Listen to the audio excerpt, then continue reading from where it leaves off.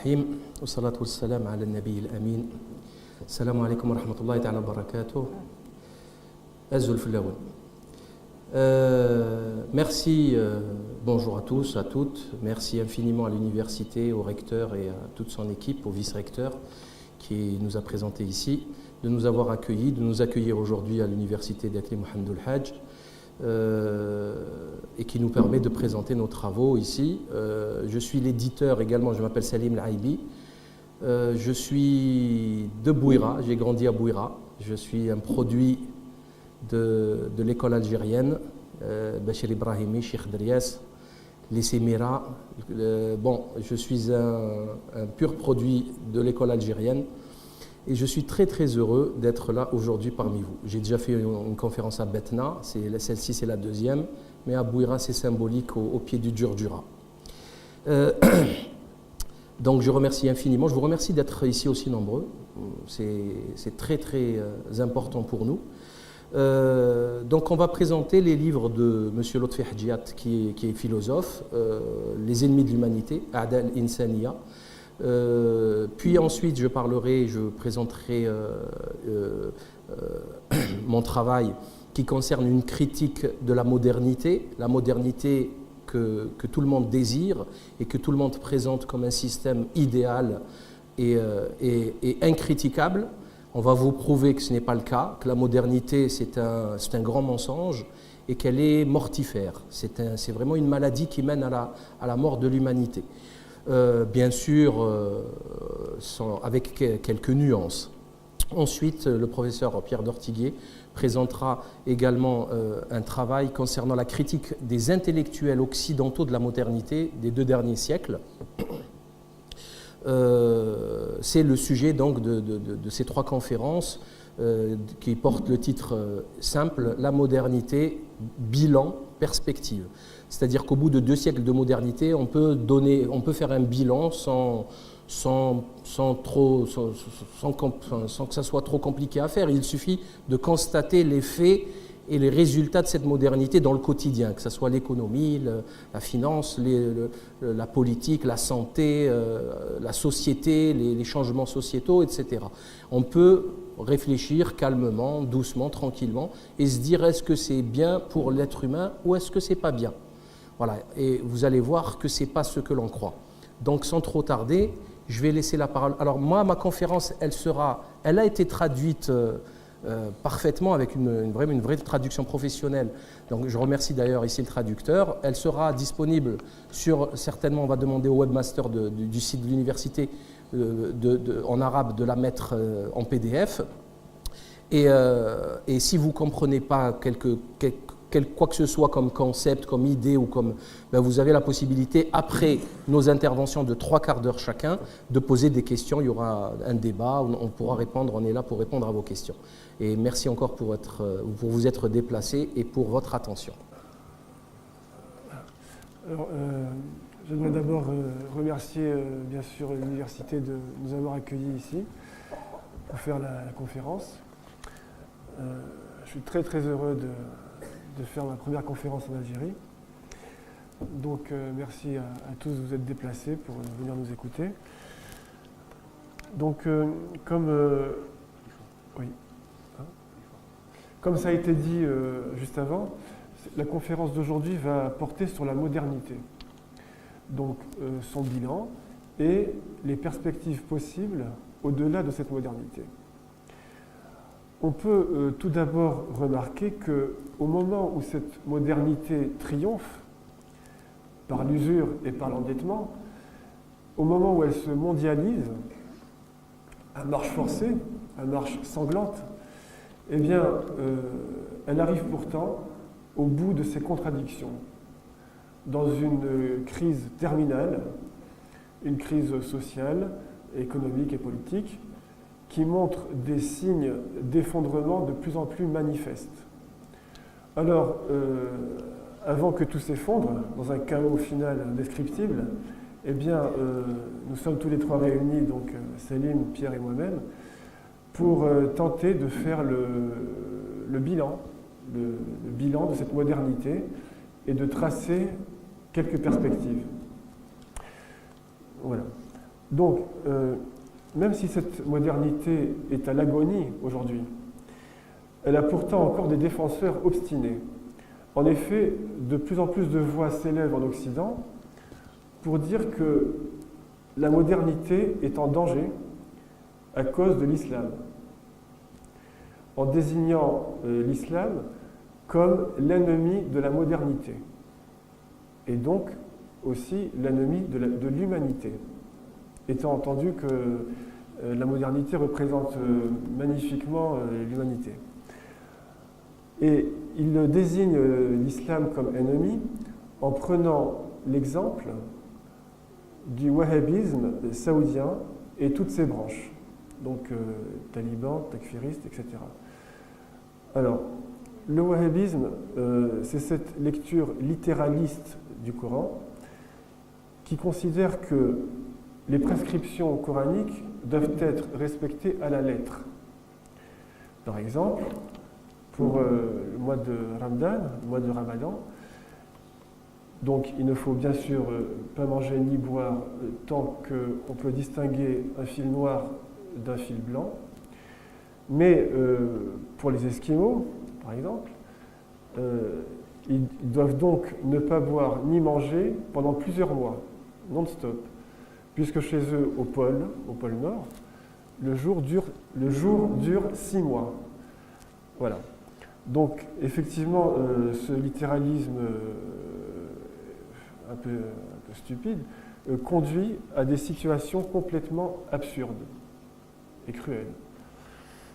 Donc, et ce littéralisme conduit ni plus ni moins à la plus profonde destruction de l'islam.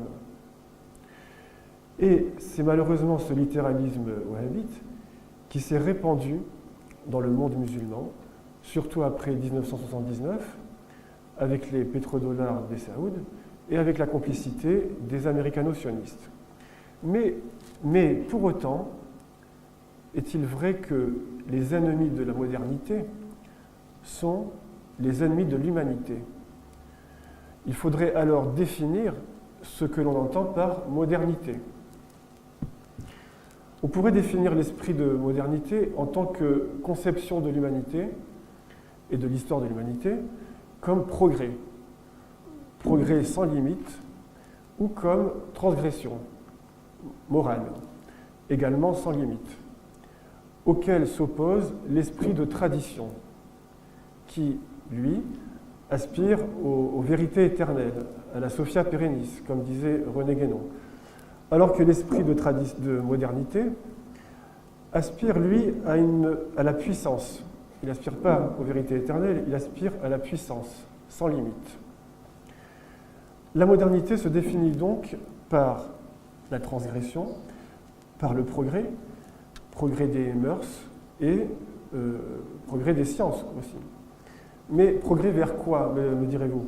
Eh bien, progrès ultime vers l'immortalité de l'homme par les prouesses scientifiques, progrès vers la maîtrise complète de la matière et progrès pour la maîtrise complète de la puissance physique.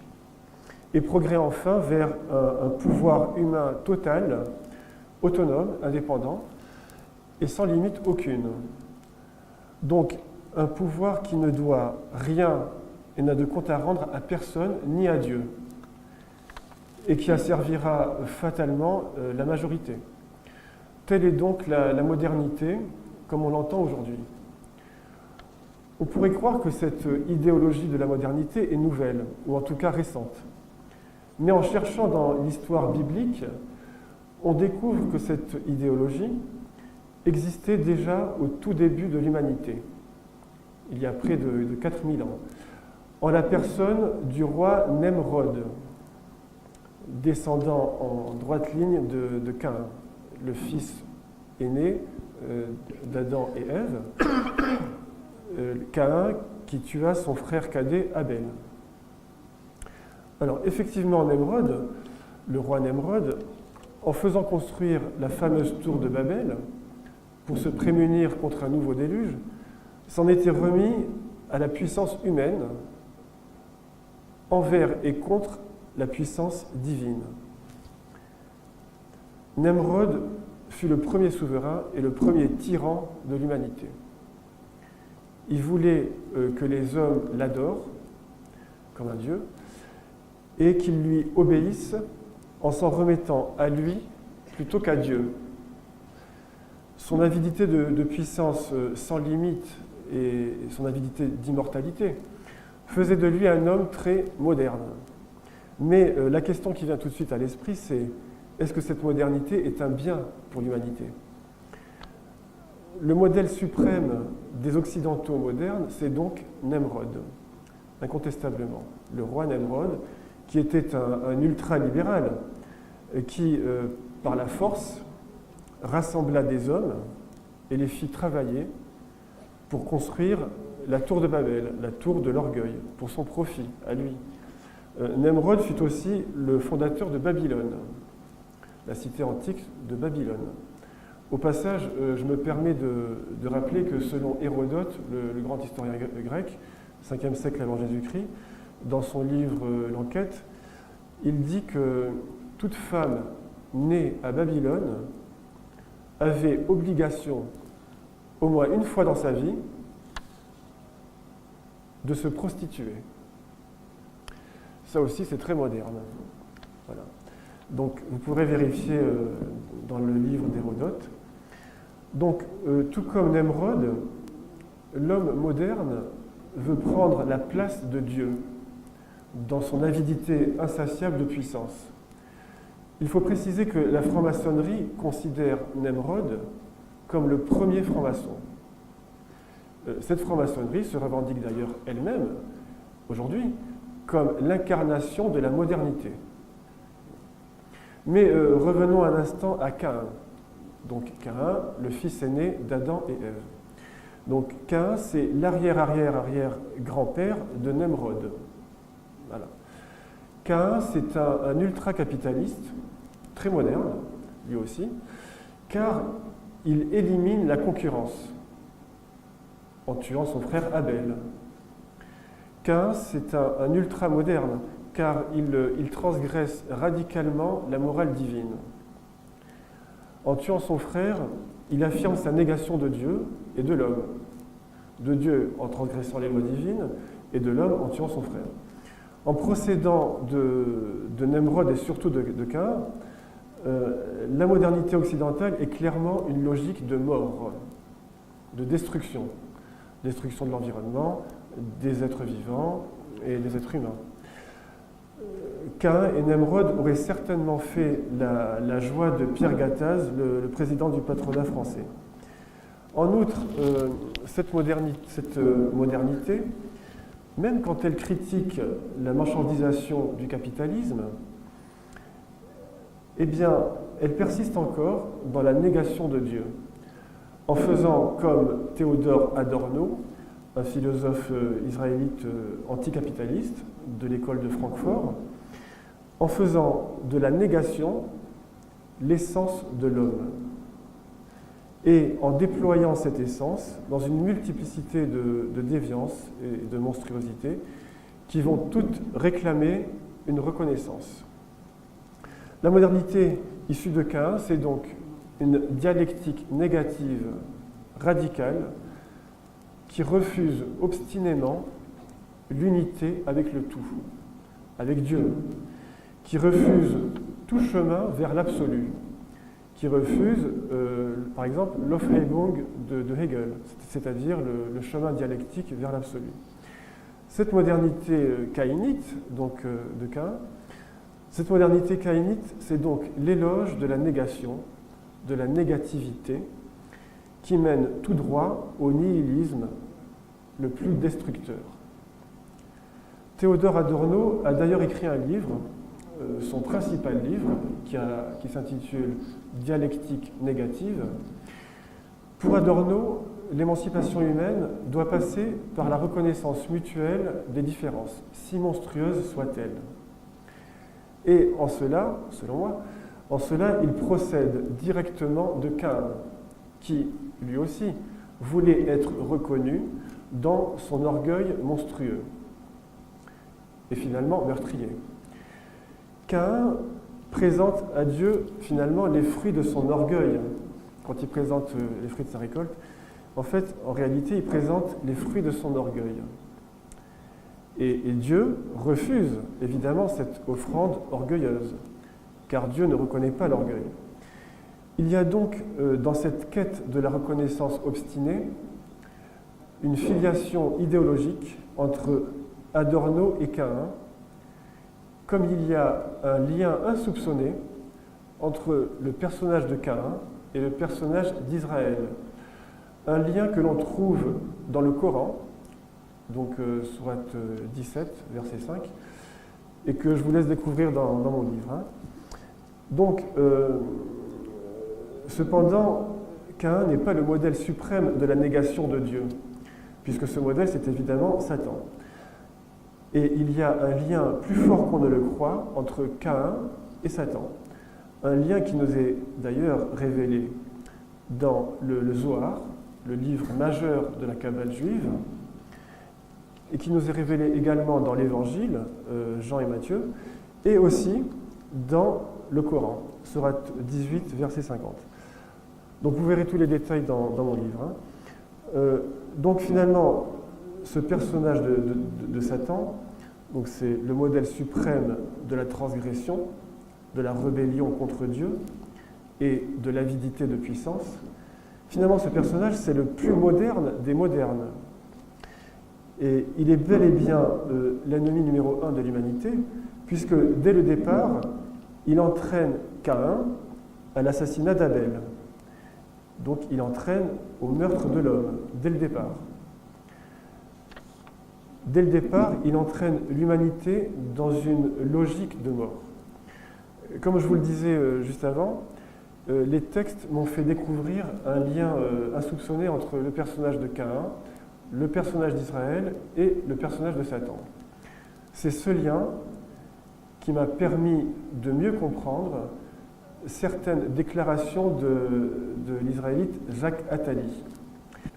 Donc c'est un homme très influent, très moderne, qui a travaillé avec Mitterrand, qui était le premier secrétaire de Mitterrand, avec Sarkozy également. Donc c'est un homme extrêmement influent. Donc ce Jacques Attali, selon ses déclarations, en 2013 exactement. Et le mot hébreu, qui dit hébreu, hévé en hébreu, c'est le mot transgression, c'est le mot dépassement, franchissement de la frontière. D'ailleurs, le peuple juif naît de la transgression de la frontière de la mer Rouge. Donc c'est quand l'homme se détache de son créateur pour aider son créateur à compléter sa création, puisque l'homme devient en charge de la création que Dieu n'a pas finie.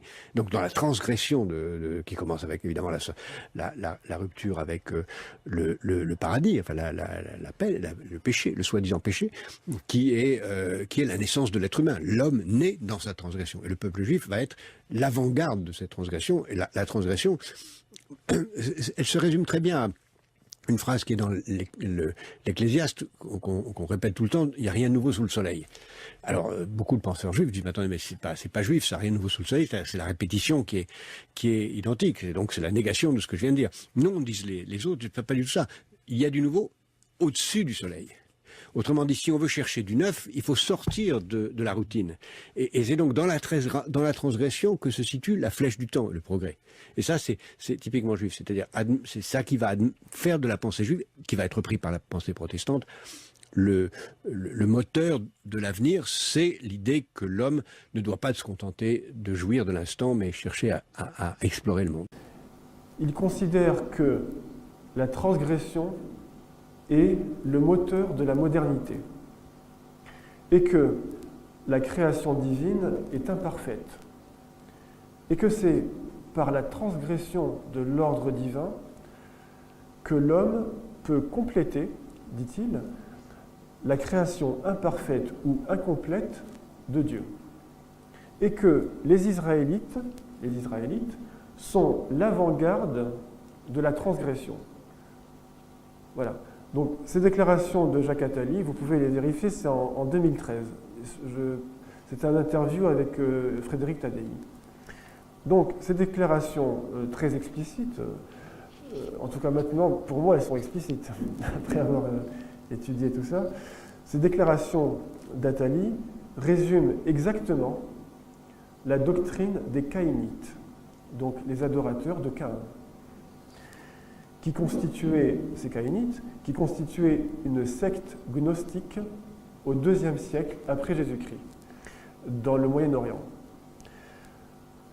Donc la doctrine des Caïnites, après analyse, que je vous laisse découvrir, cette doctrine des Caïnites se révèle être la même que celle de la Kabbale juive, qui elle-même est quasiment la même que celle de la franc-maçonnerie. Donc il y a une filiation idéologique depuis Caïn. Donc cette doctrine des Caïnites considère qu'il y a une élite de l'humanité, les Béni Caïn, donc en hébreu les enfants de Caïn, donc une élite transgressive destinée à dominer tout le reste de l'humanité. Et donc la quasi-totalité des êtres humains doivent être les esclaves de cette élite qui transgresse la morale et qui est en rébellion contre Dieu. Donc voilà la doctrine des Caïnites, et Jacques Attali s'inscrit exactement dans cette doctrine, qui remonte à Caïn, l'homme criminel sur lequel est fondé finalement l'humanisme moderne. Donc, par Caïn, la modernité est éminemment criminelle et donc sécuritaire, ultra sécuritaire. D'ailleurs, le Guardian, un journal new-yorkais, je crois, a fait un calcul et il a constaté qu'aux États-Unis, actuellement, au moment où je vous parle, on en était à 351 fusillades sur le sol américain, depuis le début de l'année 2015. Donc si on fait un calcul rapide, ça fait une fusillade par jour. Donc voilà un pays qui officiellement n'est pas en guerre civile, qui officiellement est dans la paix civile, et qui, donc c'est une situation normale, il y a une fusillade par jour. Voilà. Minimum 4 morts. Donc voilà la normalité de la modernité caïnite. Une fusillade par jour. Voilà. Bon. Donc, bien sûr, comment lutter contre cette modernité démoniaque? Le meilleur moyen, selon moi, c'est de revenir à Dieu, par le cœur et par l'esprit, bien sûr, c'est de revenir à Dieu d'une manière raisonnable, comme disait Xénophane de Colophon, un penseur grec du 6e siècle, 5e siècle avant Jésus-Christ. Et l'islam ne dit pas autre chose que revenir à Dieu d'une manière raisonnable. Alors bien sûr, les rationalistes radicaux me demanderont des preuves de Dieu. Harold Marowski, un biophysicien de l'université de Yale, aux États-Unis, il a démontré, donc c'est un chercheur, hein, il a démontré que la probabilité qu'une cellule vivante la plus simple vienne à l'existence naturellement, cette probabilité, c'est de 10 puissance moins 340 millions. Donc, ça veut dire 0, on est d'accord. 0,340 millions de 0 et 1 au bout.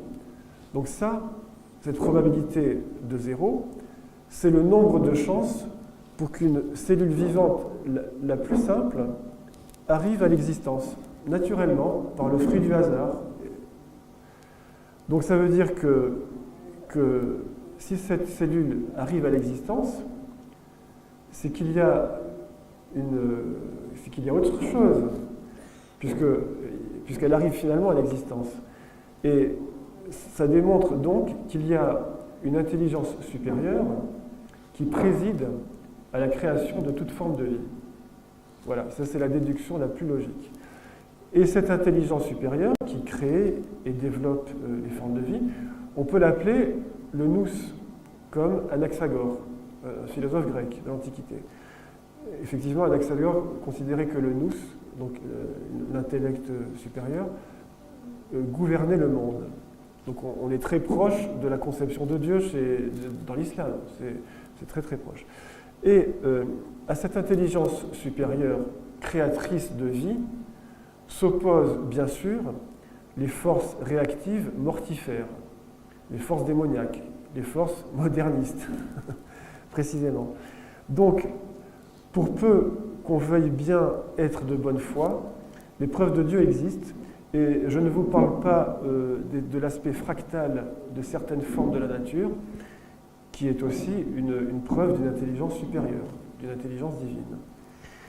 En niant toutes ces preuves, la modernité veut faire aujourd'hui de la foi en Dieu, et donc de l'islam, elle veut en faire une croyance bizarre, curieuse, anormale, pas naturelle, pathologique et finalement dangereuse. Voilà exactement ce que veut faire la modernité. Mais il faut quand même rappeler que l'intuition du divin est unique, a existé de tout temps et en tout lieu. L'islam n'a évidemment pas le monopole de cette intuition du divin. Cette intuition du divin n'est certainement pas monstrueuse, puisqu'elle a existé de tout temps, dans toutes les cultures, et chez les plus grands penseurs, y compris et surtout européens. Donc, je vais très rapidement passer en revue tous ces penseurs qui ont eu cette intuition. Donc, il y a Zarathustra, bien sûr, le prophète perse du 2e millénaire avant Jésus-Christ. Donc, lui aussi, il professait, déjà il y a 3 millénaires, il professait déjà le Dieu unique. Et donc, il l'appelait Ahura Mazda. En Inde, on a l'Advaita Vedanta, c'est une école de pensée qui remonte au 2e siècle après Jésus-Christ, avant Jésus-Christ, et qui enseignait, et qui enseigne toujours, la non-dualité, donc l'unité absolue, c'est-à-dire Dieu. D'ailleurs, Advaita, en sanskrit, veut dire non-duel, donc un. Voilà. Donc il y a aussi, dans les croyances berbères, avant l'islam, dans certains mythes, il y a un personnage appelé le souverain suprême, créateur de toutes les formes. Donc ce personnage qu'on retrouve dans certains mythes peut tout aussi bien être appelé Dieu. C'est des mots différents qui expriment la même chose. Cette information du souverain suprême dans les mythes berbères a été rapportée en particulier par le linguiste Youssef Alioui. Voilà. Donc, pour continuer le panorama, nous avons encore tous les présocratiques en Grèce, dans la haute antiquité. On a Anaximandre, pour qui toutes les formes retournent finalement à l'infini. Et on peut tout à fait mettre ça en parallèle avec ce que dit le Coran, que tous les êtres, toutes les formes retournent à Dieu, tôt ou tard. Donc, comme Dieu est infini, donc tout retourne à l'infini. Donc, il y a vraiment une très proche, c'est une très grande similitude. Donc, Anaximandre, l'infini, c'était l'apéron pour lui, hein, donc un privatif, péron, fin. Donc, l'infini, selon Anaximandre, c'est quand même très proche de l'infini divin en islam, par exemple. On a aussi Xénophane, donc Xénophane de Colophon, pour qui Dieu, c'est l'unité absolue. Donc là, c'est explicite. Alors, j'aimerais très rapidement profiter de ce moment pour vous dire un poème, une sorte de poème de Xénophane. Donc Xénophane, c'est le 5e ou 6e siècle avant Jésus-Christ. Hein, voilà. Donc, le titre de ce poème, c'est « Élégie au Dieu unique ». Voilà, vous pouvez le vérifier. Hein. « Élégie au Dieu unique ». Voilà, Xénophane. Donc je vous le lis. Hein. « C'est là que le sage doit avant tout célébrer Dieu, par de bonnes paroles et de pieux discours. Faisons-lui des libations et demandons-lui grâce de faire ce qui est juste, car cela seul est bien. Loin de nous la débauche insolente, méprisons ces amusements frivoles et honorons toujours Dieu d'une manière raisonnable. Bon, donc on se retrouve très très bien dans cette élégie de Xénophane. Donc, bon, voilà, très rapidement, on peut aussi parler de Plotin, évidemment. Très très proche, les musulmans ont traduit beaucoup Plotin, ils l'ont commenté, etc. Ça a été un très grand auteur dans l'âge d'or musulman. Donc Plotin, bien sûr, pour lui, c'est l'un, donc UN, le chiffre. L'un, c'est la réalité suprême.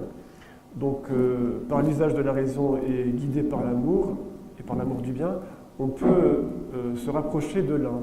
Donc, c'est très proche d'Averroès, par exemple. Donc, on a aussi Platon, bien sûr, le souverain bien. Le souverain bien, c'est la réalité suprême, c'est Dieu, le souverain bien. Anaxagore, on l'a vu, c'est le nous, donc l'intelligence supérieure qui gouverne le monde. Bon. Et alors pour finir, j'aimerais aussi parler de Kant, Emmanuel Kant. On dit que Kant a été le fossoyeur de la métaphysique, mais bon, certes, on peut envisager les choses comme ça, mais Kant n'a pas exclu l'idée de Dieu. Je dis ça parce que dans sa critique de la raison pratique, il dit explicitement, textuellement, que l'existence de Dieu est une nécessité morale, par le fait de la loi morale en nous. Donc, Kant n'est pas, disons, bon, c'est un moderne, bien sûr, mais il n'exclut pas l'idée de Dieu, il n'exclut pas l'intuition du divin. Voilà, selon moi. Voilà. Donc, on peut dire finalement que les rationalistes grecs, dont se réclame à pleine gorge la modernité occidentale, ces rationalistes grecs avaient une conception du divin tout à fait lucide. Ce n'étaient pas des rationalistes fanatiques, comme on peut les voir dans la modernité occidentale. Ce n'est pas l'intuition du divin qui est monstrueuse, c'est bien plutôt le rejet de cette intuition. Socrate, dans un dialogue rapporté par Xénophon, disait que certains événements de la vie ne peuvent procéder que de la providence divine. C'est Socrate qui parle. Et que les rationalistes radicaux qui nient la providence divine sont tout simplement fous. Voilà. Donc Socrate avait déjà une intuition de la dérive moderne. Donc je pense que Socrate, bien sûr, a vu juste. La négation obstinée de l'intuition du divin est une folie. Socrate a raison. Une folie criminelle héritée de Caïn, le premier négateur et le premier moderne. Alors l'islam est désigné comme l'ennemi de l'humanité en cela qu'il garde la foi au divin, qu'il s'oppose à la transgression morale et qu'il s'oppose, il faut bien le dire, à l'usure. Voilà. Donc, pardon. Le riba. Donc voilà, évidemment que pour toutes ces raisons, l'islam est l'ennemi numéro 1 de la modernité. En philosophie, la négation radicale de l'intuition du divin, dans la lignée de Caïn, cette négation a été véritablement développée par les néo-kantiens de l'école de Marbourg, en Allemagne, au XIXe siècle. Qu'ont-ils fait au juste, ces néo-kantiens ? Eh bien, ils ont supprimé le fameux noumen, dans lequel Kant avait rangé des notions comme Dieu, l'âme, la liberté, en le distinguant du phénomène, c'est-à-dire du donné sensible. Donc, le noumen et le phénomène. Voilà. Alors, pour Kant, pour Emmanuel Kant, le processus de connaissance, c'est quoi ? Eh bien, c'est les catégories de l'entendement qui s'appliquent à du donné sensible et qui forment ainsi un objet de connaissance. Le noumen n'ayant pas de données sensibles, il ne peut donc pas être un objet de connaissance. Ce noumen, on peut l'appréhender toutefois dans le domaine moral ou esthétique, nous dit Kant. En supprimant le noumen, les néo-kantiens ont donc exclu Dieu de la pensée. Ils ont exclu l'âme, ils ont exclu l'intuition morale et finalement la conscience morale, en faisant de la morale une science, chose que Kant lui-même rejetait fermement, la morale étant, selon Kant, dans la pureté d'intention et pas dans un montage rationnel. Ces néo-kantiens qui proclamaient un retour à Kant sont un petit peu comiques car ils ont plutôt effectué une rupture radicale avec Kant. En supprimant le noumen, les néo-kantiens ont précipité l'humanité dans cette folie du rationalisme exclusif, propre à la modernité, qui réduit l'homme finalement à une mécanique intellectuelle, au mieux. Je me permets d'indiquer au passage que les trois principaux néo-kantiens étaient israélites, Nathorp, Cassirer et Cohen, Hermann Cohen. En excluant l'intuition morale, la conscience morale, les néo-kantiens ont exclu finalement l'homme. Et Michel Foucault, le grand philosophe français du XXe siècle, Michel Foucault le confirme quand, dans la même année, en 1966, il annonce la mort de l'homme, avril 66, dans son livre « Les mots et les choses ».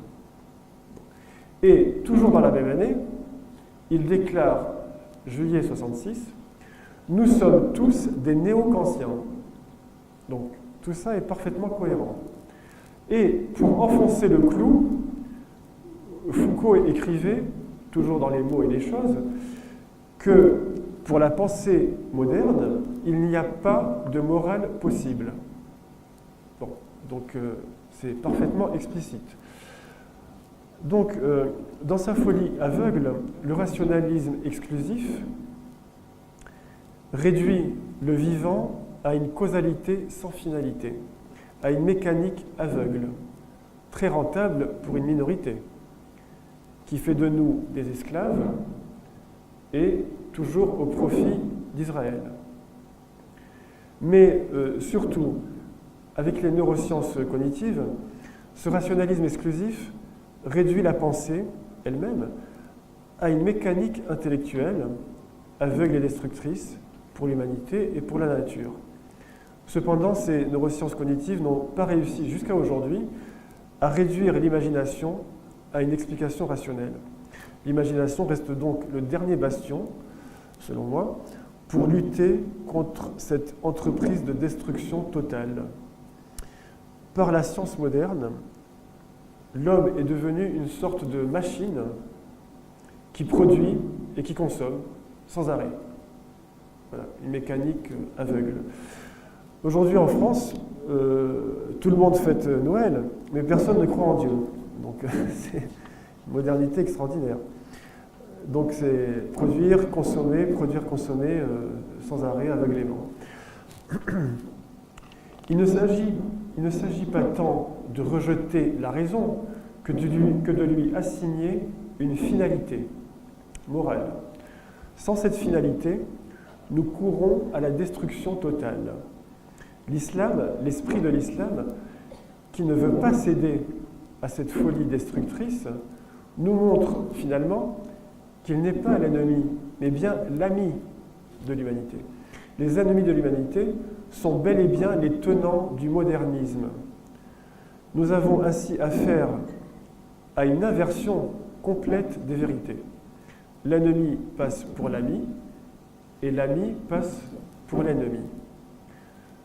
Jean-Paul Sartre disait, pour parler de cette inversion, Jean-Paul Sartre disait que l'existence humaine négatrice précède l'essence de l'homme. Pour moi, c'est exactement l'inverse qui est vrai. C'est l'essence divine chez l'homme qui précède son existence terrestre. Donc c'est l'essence qui précède l'existence. Sartre disait « l'existence précède l'essence ». Donc l'existentialisme, c'est une coquille vide, et toute la modernité n'est qu'une coquille vide. Une coquille vide qui nous tient en esclavage et qui nous détruira. Pour faire face à ce péril, nous devons donc affronter cette guerre idéologique, cette guerre spirituelle, avec l'arme la plus précise, c'est-à-dire l'arme de l'esprit, et avec pour seule perspective la foi en Dieu.